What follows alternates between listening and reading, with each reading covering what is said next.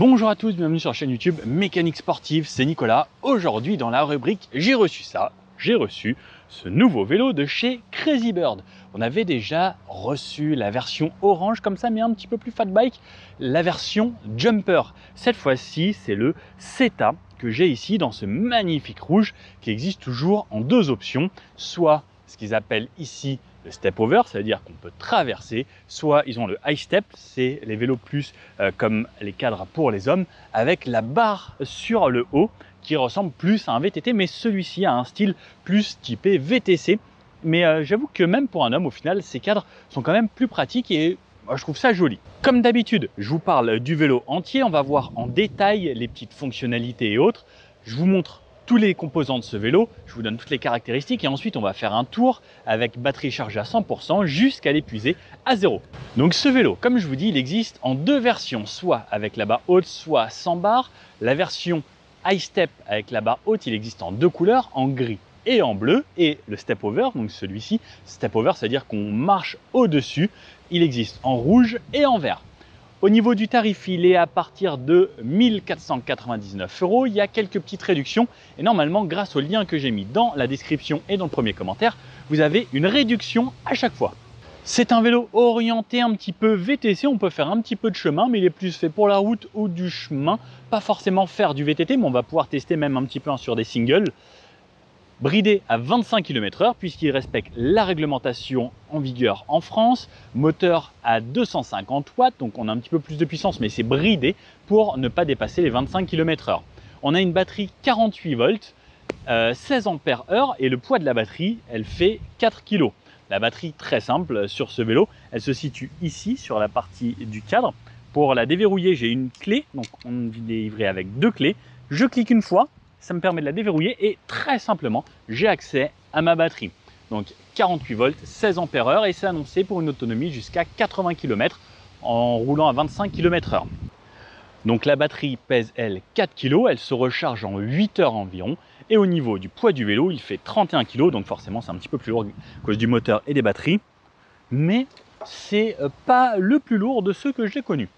On va voir ce que ça donne bien sûr pendant ce test et ça me permettra de vous donner un retour sur cette selle si elle est confortable sur 80 km. Comme on peut le voir, c'est un semi-rigide, donc on a une suspension à l'avant, on a une fourche avec deux réglages, la précontrainte selon le poids que vous faites et le blocage de ce côté-là. On pourra faire jusqu'à 200 kg recommandé maximum pour ce vélo. La suspension à l'avant, on a 60 mm de débattement, ce qui est largement suffisant pour ce genre de vélo. On a des roues en 26 pouces, donc les pneus sont assez larges, même extrêmement larges pour ce genre de VTT ou VTC. On a du 26 par 2,5 pouces, ce qui est très large, ce qui permettra un confort supplémentaire à ce vélo, à l'avant comme à l'arrière. On a des jantes 32 rayons à l'avant, des jantes 32 rayons à l'arrière. On peut le voir ici, on a un boîtier mais où il n'y a pas de moteur, on a juste le capteur de cadence de pédalage et le moteur se situe lui dans la roue arrière au niveau du moyeu.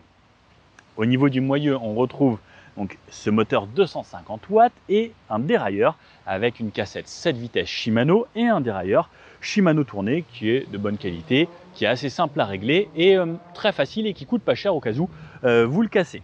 Lorsque ce vélo arrive, il est à monter, à assembler soi-même. Alors il y a quelques petites choses à faire. Il y a par exemple là ici ce porte-bagages en bois, donc il faut rajouter la planche en bois qui est magnifique avec le Crazy Bird. J'adore ces quatre petites vis ici, mais ensuite il y a pas mal de choses à assembler comme la manivelle gauche, les pédales, le guidon, la roue avant, le garde-boue et la lampe ici. Si vous ne savez pas monter un vélo vous-même, n'hésitez pas à aller voir un magasin qui va pouvoir vous le monter. C'est quand même mieux puisque le monter soi-même, on a des vélos qui roulent quand même à 25 km/h dans des descentes et autres. C'est assez important de le faire bien ou n'hésitez pas à appeler un copain qui sait faire ça. On a donc un garde-boue à l'avant, un garde-boue à l'arrière qui lui arrive déjà monté, plus ce porte-bagages. Le porte-bagages supporte largement mon poids. Moi, je fais 75 kg et on peut voir qu'il est franchement solide. C'est pas fait pour transporter quelqu'un, mais je pense que ce sera pas forcément très gênant si quelqu'un s'assoit dessus. On a une petite béquille latérale, deux freins à disque hydrauliques en 160 mm à l'avant comme à l'arrière, des freins à disque qu'on connaît chez cette marque, qui sont franchement de bonne qualité. On voit que c'est taillé dans la masse, c'est des pièces métalliques, tout est métallique, donc on sent la qualité. Attention, lorsque vous allez recevoir ce vélo, les freins, il faut les roder, c'est comme une voiture ou une moto neuve. Et bien là, on est sur des plaquettes neuves, c'est des plaquettes métalliques, donc petit à petit, il va falloir les roder, et ensuite, vous allez voir, au bout de 2-3 sorties, ça freinera beaucoup mieux. Donc moi je fais 1m80, la selle je l'ai réglée à la bonne hauteur pour moi. On peut faire entre 1m60 et 1m90 pour ce vélo, c'est une taille unique et il s'adapte à pas mal de monde, tout comme la potence, on va pouvoir la relever. Si je me mets dessus, comme vous pouvez le voir, je me suis mis, pas forcément trop haut, mais en position détente pour pouvoir aller me balader. Qu'est-ce que vous en pensez? Plus j'ai même accordé le pantalon aujourd'hui. Sur l'avant, on retrouvera sur ce cadre en aluminium un support pour porte-bagages à l'avant si on souhaite se mettre quelque chose ici, un support. Et on peut voir que le cadre en aluminium est franchement très travaillé partout au niveau des soudures, c'est propre. Et même au niveau de la peinture, on a vraiment l'impression d'avoir une peinture de qualité automobile, ce qu'on peut voir sur une belle voiture avec les paillettes, les reflets. On a franchement un beau vélo et quand je le vois comme ça, je me dis c'est un très beau vélo. Il est livré dans sa boîte avec un accélérateur, une poignée d'accélérateur, une gâchette qui n'est pas légale en France. Donc on peut le monter si on souhaite ensuite, mais normalement on n'a pas le droit de l'utiliser. Et c'est pour ça qu'il reste un petit fil ici qui dépasse. Vous pouvez juste enlever cette protection et connecter votre câble d'accélérateur, ce qui vous permettra de ne plus avoir à pédaler avec ce vélo. Ça reste un petit plus si on n'a pas forcément envie de se fatiguer, mais ce qu'il faut savoir, c'est qu'on n'a pas le droit. Allez, je vous emmène le découvrir avec moi directement de mon point de vue. Donc on peut voir, on a même un angle assez fermé, ce qui rendra ce vélo plutôt réactif et dynamique. Et un style vraiment très cool, hein. J'aime beaucoup. Alors, la selle ici, on peut voir, elle est un petit peu moussée. C'est peut-être pas la plus confortable de toutes, mais ça peut changer si vous le souhaitez. Mais j'en ai fait un petit peu jusqu'à là, ça allait. Alors, lorsque je monte sur ce vélo, j'enlève ma petite béquille qui est juste là et j'arrive à mon guidon. Au niveau du guidon, on a la commande ici pour pouvoir démarrer le vélo. J'appuie en plein centre, ça me démarre et ça me fait une animation juste ici. Comme vous pouvez le voir, on a alors un compteur sur fond noir. Alors c'est pas ultra lumineux, mais on arrive à voir. Par contre, si on se met en plein soleil, j'aurais peut-être aimé un petit poil plus de luminosité. On retrouve toujours plusieurs modes. Donc on a moins ici pour descendre la vitesse d'assistance ou plus, et on peut aller jusqu'à 5. On a 5 niveaux, donc on va pouvoir le voir ici, soit le mode off. Alors j'aimerais bien que la mise au point se fasse bien, voilà, off. Le mode éco, mode 1, le mode normal 2, le mode sport et le mode sport 2 qui vous donnera le maximum d'assistance et le plus de couple au niveau du moteur. Ensuite, on a sa vitesse en km/h ici et on retrouve ensuite son compteur avec l'autonomie de la batterie, la vitesse, le mode et combien de kilomètres on a fait. Ensuite, on pourra changer les informations en bas sur l'odo, le trip du jour, la vitesse max en km/h, votre vitesse moyenne et on revient à 0. Donc des informations simples et lorsque j'appuie sur ce côté-là, ça m'allumera le phare et ça me baissera la luminosité du compteur. Donc quelque chose de très simple et pour le klaxon, c'est ici un petit peu plus bas et en fait c'est intégré dans la lampe avant, juste ici, le petit klaxon. Frein donc hydraulique comme je vous le disais, avec franchement un bon feeling des deux côtés et de ce côté-là, de quoi régler les vitesses. On a 7 vitesses à l'arrière. Bon, il ne reste plus qu'à aller faire un petit tour avec ce beau vélo et voir ce que ça donne directement sur la route et les chemins et surtout voir l'autonomie. Il est chargé à 100%. C'est parti. Bon alors, c'est parti. Aujourd'hui, on est sur une belle journée avec ce Crazy Bird CETA. Comme d'habitude, je vous emmène faire un tour sur tout type de route avec ce vélo. Il est plutôt joli, VTC plutôt. On va se faire du chemin, un petit peu de forêt, tester quand même, voir ce que ça donne, mais surtout de la route puisque c'est plutôt fait pour route et chemin. Ce qui est top, c'est que j'en ai fait un petit peu là pour venir jusqu'ici sans allumer la batterie. Et en fait, il roule très bien. Donc on va commencer comme ça sans batterie. Je vous mets sur la tête comme d'habitude. Voilà, comme ça j'ai mes deux mains. Ce qu'on peut faire, c'est tout de suite allumer l'application Strava juste ici qui va nous permettre d'avoir les données GPS de ce que je vais faire comme chemin. Allez, c'est parti, démarrer, let's go en vélo et on va voir si on arrive à épuiser cette batterie. Donc je commence, première chose, regardez, là je suis en 4e vitesse déjà Et ce qui est bien, c'est qu'on n'a pas des pneus de fat bike, on a des pneus normaux. Ça, c'est une bonne chose pour rouler sur la route. Ça va éviter d'avoir un vélo trop lourd. Il est plutôt maniable, plutôt vif, même à basse vitesse, on sent. C'est intéressant, c'est un bon VTC. On va voir ce que ça donne. Les poignées en mousse sont agréables. Au niveau du freinage, c'est puissant à partir du moment où vous avez bien rodé les freins. Donc, comme vous pouvez voir, pour le moment, l'écran est éteint. Et en vrai, avec les pneus gonflés à 2,5 bars, eh bien, ça va super bien sur du goudron comme ça, mais même sur du chemin, comme on va l'avoir là, par exemple. Donc, même pour monter, là, les assistances ne sont pas mises. C'est rare qu'avec un vélo électrique, on se dise, bon, voilà, le vélo est plutôt léger. Et là, c'est le cas. On a la batterie qui est là. Donc on a un vélo de 31 kg avec les pneus bien gonflés. En fait, il roule vraiment tout seul. Et c'est vrai que c'est très agréable à l'utilisation. On a une suspension à l'avant, pas à l'arrière. J'ai gonflé quand même assez ferme pour faire en sorte que ça roule bien. Et pareil, attention à bien vérifier vos pressions. Ça va jouer également sur l'autonomie du vélo. Donc là, ce que je vais faire, je vais pouvoir m'arrêter à l'ombre. Comme ça, on va démarrer directement l'écran. J'adore cette base de loisirs ici. C'est vraiment très joli. Plus avec les petites barques, les gens qui se baladent, ça fait toujours plaisir. Allez, je m'arrête ici, vous voyez, ça freine bien. J'allume, puis sur mon bouton, mon écran qui se démarre ici. Donc, ce vélo a 4,7 km, donc on va dire en gros 5 km. Allez, si vous voulez, je vais même essayer de me faire 300 mètres, quoique non. On va dire que de toute façon, l'application enregistre. Donc là, quand je suis sur le 0, eh bien, 0 assistance, c'est moi qui pédale tout le long. Donc forcément, c'est comme juste avant que je l'allume, j'ai pas pensé à le faire de cette façon. Et on peut voir que là je roule à 11-12 km/h très facilement. Et franchement, même s'il n'y a plus de batterie, ce vélo je vais pas trop le traîner. Peut-être en montée ce sera un petit peu plus dur, mais sinon ce sera agréable. Ensuite on va passer niveau d'assistance 1. Niveau d'assistance 1. Est-ce que ça va être progressif ? Non, ça s'arrête aux environs de 12-13 km/h. Niveau d'assistance 2. Le vélo va un petit peu plus vite. Alors attention, hop, ici ça descend. Je vais ralentir. Et niveau d'assistance 2, pour pouvoir passer les vitesses tout de suite, on est aux alentours de 18-19 km/h avec l'assistance. Donc là, le but, c'est qu'aujourd'hui, j'épuise la batterie sans forcer sur les pédales. Donc je vais faire l'action de pédaler puisque on a un capteur dans le boîtier de pédalier avec la cadence de pédalage, c'est ça qui va activer le moteur. Donc puissance 2, on est à 18 km/h. Puissance 3, ça accélère un petit peu, donc je peux monter sur la dernière vitesse, la 7e, pour ne pas mouliner trop. On est à 20 km/h en assistance numéro 3. Pour l'assistance numéro 4, ça accélère encore un petit peu. Alors je vais passer ici pour que ce soit plus conforme. On est à 23 km/h et comme ce vélo est légal en Europe, on a la vitesse maximum à 25 km/h. Donc puissance 5, c'est 25 km/h. Et comme vous pouvez le voir, ça va quand même assez vite à cette vitesse. Et je pense que c'est quand même la vitesse idéale pour aller au boulot par exemple, sans se fatiguer, sans forcer. Là, 25 km/h, on roule quand même assez vite. Si vous prenez la moyenne d'une voiture en ville, c'est moins de 25 km/h, donc clairement vous allez vous déplacer assez rapidement et surtout pouvoir vous faufiler par exemple pour aller au boulot. Et je pense que ça c'est un des vélos idéal comparé aux gros fat bike que je fais d'habitude. Là on a un vrai VTC et c'est plutôt sympa.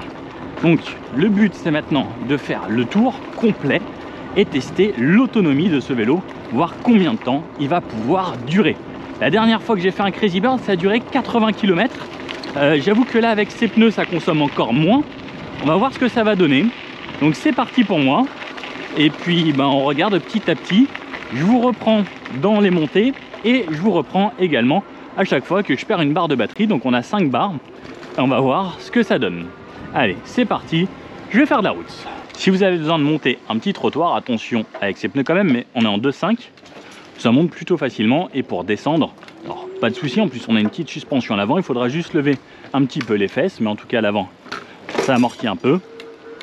Ensuite, c'est reparti. Là, c'est un petit peu en montée. J'ai laissé l'assistance au maximum parce que je trouve que c'est ce qu'il y a de mieux au final. Les 25 km/h, moi j'ai l'habitude de faire du vélo. Ça grimpe tout seul. On va pas se le cacher. Ces assistances nous aident énormément. Et ça y va vraiment bien. Bon, pour ceux qui suivent régulièrement la chaîne Aise et ses vélos, vous connaissez ce chemin, donc chemin très dégradé. Normalement, on le fait plus en VTT. Mais là, on entend tout de suite la chaîne qui tape un petit peu de partout. C'est pas forcément fait pour. Le dérailleur donc fait bien son job, hein, mais on sent que de base, voilà, même sur les racines et autres, c'est pas forcément l'idéal. Alors, on va pouvoir le faire. Après, c'est pareil, niveau pneus, c'est pas l'idéal. Et on voit que la chaîne bouge pas mal hein, sur le plateau. Donc, attention à ça. Mais ensuite, on peut quand même se faire un petit peu de chemin. Mais il va falloir vraiment y aller à rythme modéré. Puisque sinon, en fait, ben, ça va pas forcément être l'idéal. En plus, on a des pneus qui sont assez lisses. Donc, attention dans les virages. Parce qu'il faut quand même garder de l'accroche de l'avant. Mais bon, voilà. Ça peut le faire, mais voilà, chaque descente ou autre, chaque fois qu'il y a des chocs, je sens que la chaîne tape un petit peu partout et c'est pas forcément son environnement préféré. Mais comme d'habitude, voilà, je passais par là, je me suis dit, je vais tester. Bon, là pour le moment, j'en suis à 6 km, je n'ai toujours pas perdu de barre de batterie. Donc, je continue à travers la forêt, je sais plus par où je vais passer. Je crois que je vais passer par là. Et bah, on continue la balade. Sur du chemin de forêt, par contre, comme ici, ça va. La selle est un petit peu ferme, donc on le sent. Mais pour du chemin, la suspension à l'avant filtre un petit peu. Ça reste correct. Attention, pareil, dans les graviers comme ça. Mais voilà, ça y va plutôt bien. Je me fais un petit peu secouer au niveau de l'arrière. L'avant filtre les défauts. Mais après, d'un côté, si on vit en forêt, c'est justement pour prendre un petit peu l'air et faire autre chose que de la route. Après, il y a, je sais, certaines forêts où on a des avenues en béton, comme celle-ci à certaines allées. Mais voilà, j'aime bien.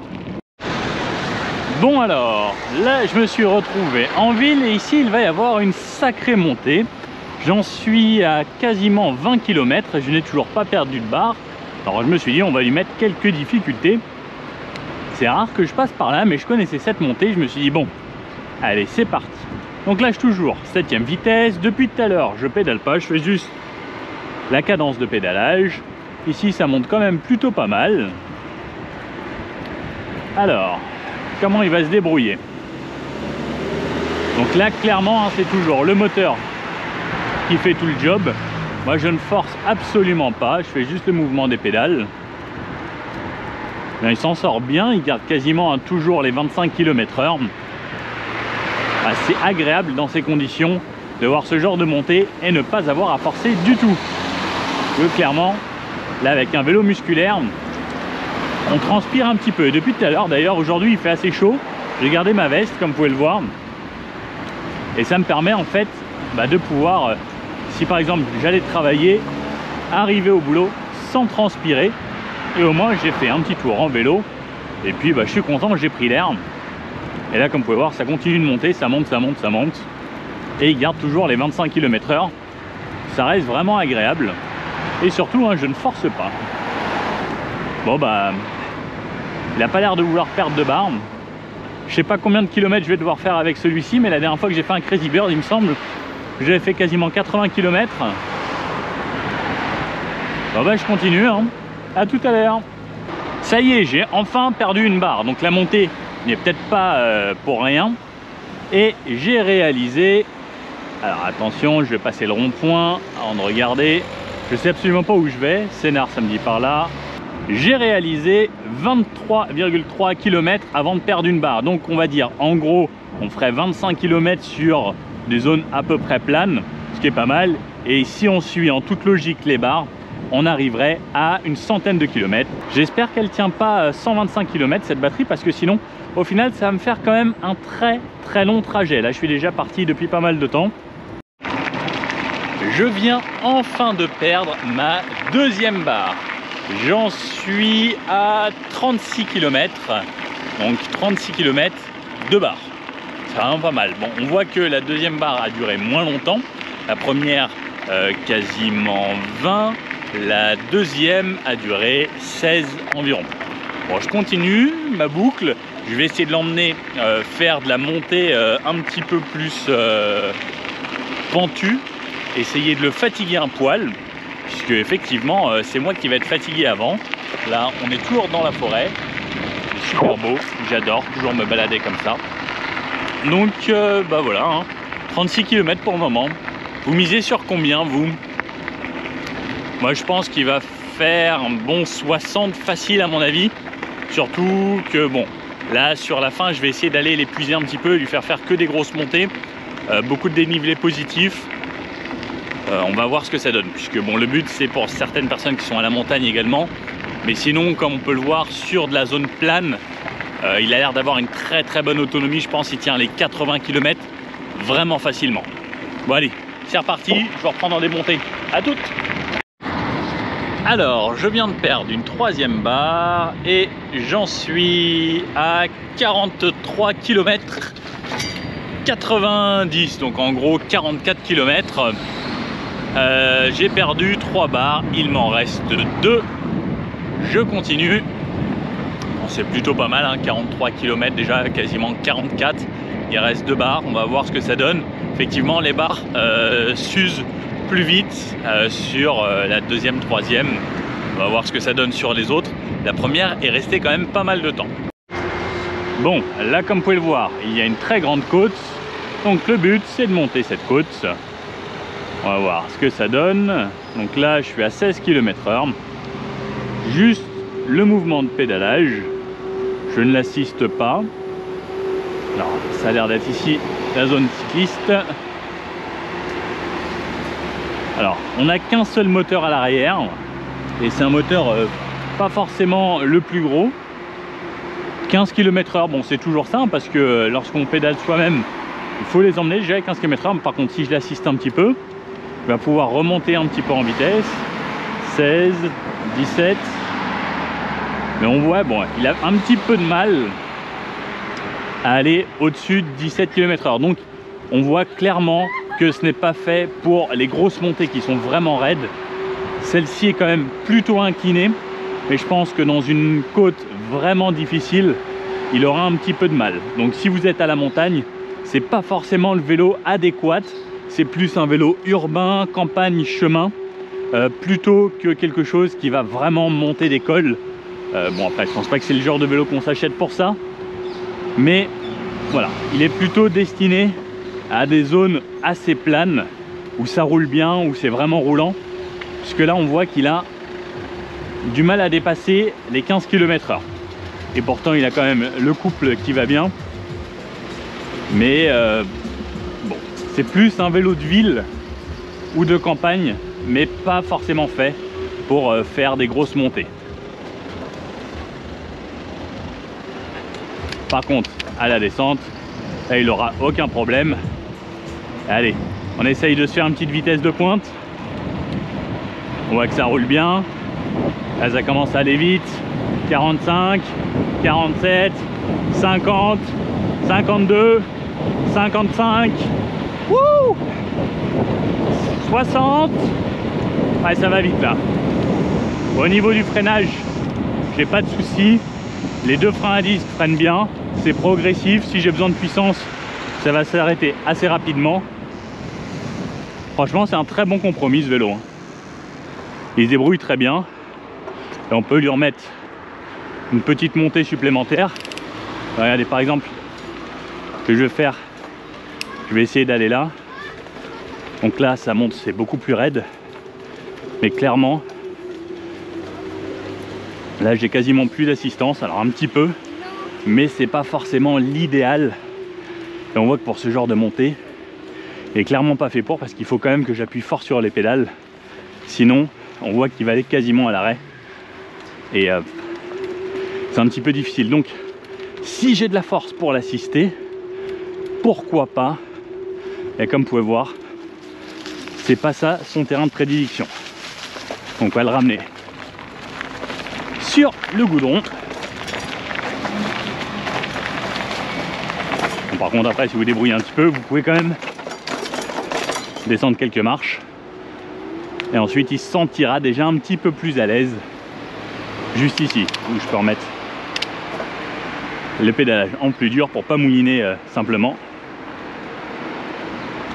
Et là, dans ces conditions là, il va pouvoir remonter et je ne force plus. C'est ça surtout l'avantage de ces vélos assistance électrique, c'est de ne pas se fatiguer lorsqu'on est en montée. Et là franchement ça va, et je peux l'assister bien sûr un petit peu en cas de besoin, mais comme je disais, il dépasse difficilement les 15 km/h. Bon allez, je continue. Je vais me faire quelques montées descentes jusqu'à épuiser la petite barre qu'il y a là, pour quand même lui créer du dénivelé, voir ce que ça donne. La dernière fois on a fait 660 mètres et ça m'a fatigué un petit peu là-bas d'ailleurs. Heureusement que là ça pédale tout seul. Oh, avalé un gros moustique. Bon allez, je continue. Je vous dis, je vous reprends à la fin quand j'aurai perdu la dernière barre là. Bon, cette deuxième barre tient bien, j'en suis à la 4e montée. On peut voir devant qu'il y a quelqu'un qui n'a pas de moteur sur son vélo, et pour moi c'est quand même beaucoup plus facile. Je rattrape cette personne sans les mains, sans forcer. On voit quand même vraiment l'avantage dans ces conditions du moteur et de l'assistance. On voit que la personne se donne un petit peu, mais en toute transparence, c'est quand même vraiment bien plus pratique de le faire dans ces conditions. Effectivement, comme je le disais, c'est surtout si on va aller bosser ou se rendre à un événement, eh bien en fait on n'aura pas chaud lorsqu'on va l'utiliser. Et ça peut être bien même pour quelqu'un qui veut juste se balader ou pratiquer le mouvement quand même avec les jambes et profiter du paysage plutôt que d'être en voiture. Bon, ça y est, je viens de perdre la deuxième barre restante et j'en suis... Alors attendez, je vous fais juste le virage juste avant. Hop, j'en suis donc arrivé à 50 km. En gros là j'ai fait 500 mètres histoire de sortir de l'endroit. Donc 50 km et il me reste une barre encore. Et je vais continuer. Sur le plat, je lui ai fait faire pas mal de montées.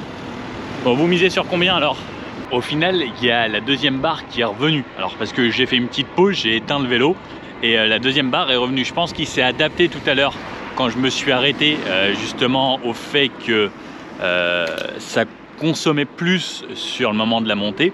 Donc le voltage de la batterie est peut-être descendu un petit peu ou le moteur consommait plus. Donc la deuxième barre est revenue. J'en suis à 53 km. Il me reste encore 2 barres. Bon, j'espère que la deuxième barre va repartir. Donc je suis retourné à 5-6 km de là. Et là je vais refaire des montées pour essayer de l'épuiser un petit peu, parce que j'avoue que je commence à avoir un petit peu mal au popotin. Et puis le soleil il va se coucher. La dernière fois déjà on avait fini de nuit. Le but c'est pas de finir de nuit à chaque fois. Bon, je lui ai refait faire de la montée et ça y est, 55 km 50. Il reste une barre. Je crois que cette fois-ci c'est officiel. Bon, combien de temps elle va durer? Je vais lui refaire faire des montées descentes pour finir. Ça y est, enfin la dernière barre vient de s'arrêter. Par contre elle n'a pas clignoté, elle s'est arrêtée net d'un coup. Coupure de courant à, attention vous êtes prêts, 67 km 71. Donc c'est vraiment pas mal. Je l'ai fait monter beaucoup. 2h47 de vélo. Je commence à avoir un petit peu mal au popotin. Je vais mettre terminé, sauvegarder l'activité. Comme ça il va me donner comment dire, le dénivelé, etc. On va voir ce que ça donne, puisque là c'est vraiment bien. Selle un petit peu ferme quand même, hein. J'ai un petit peu mal au popotin. L'autonomie est bonne, la vitesse 25 km/h. J'avais une vitesse moyenne normalement aux alentours des 24 km/h, donc ça veut dire quasiment vitesse max du vélo quasiment tout le temps. J'ai fait pas mal d'arrêts, j'ai fait des départs et j'ai fait en sorte également de refaire des accélérations et pas mal de montées. Traitement de l'activité en cours. Ça y est, c'est prêt. Dénivelé 534 mètres. Vitesse moyenne 23,1. Je vous mets tout ça là sur le côté.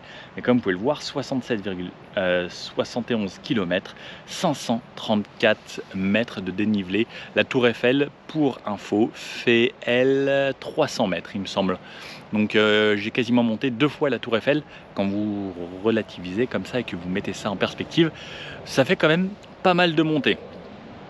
Et vitesse maximum 60 km/h dans la grosse descente, ce qui n'est vraiment pas mal. Donc au final, ce petit vélo, je remets le téléphone dans la poche, j'ai bien tout enregistré là, lui, ça, bah, c'est vraiment pas mal. C'est un beau vélo de ville qui peut passer un petit peu sur les chemins, qui est vraiment très sympa. J'adore énormément son look. Et puis pour rappel là, cette petite partie en bois et tout, et cette couleur rouge lui va super bien. Bon, j'espère que vous avez aimé cette vidéo. Et si oui, le petit pouce bleu comme ça, rien que pour le soutien de mon popotin, parce que j'ai quand même fait pas mal de kilomètres. Et puis s'il y a d'autres vélos que vous voulez que j'essaye, mettez-le dans les commentaires. Et puis je vous dis à bientôt pour un prochain vélo, une trottinette, une voiture, une moto, un truc qui roule. Enfin, du moment que ça a des roues, et puis si c'est un moteur, c'est encore plus cool. Allez, ciao!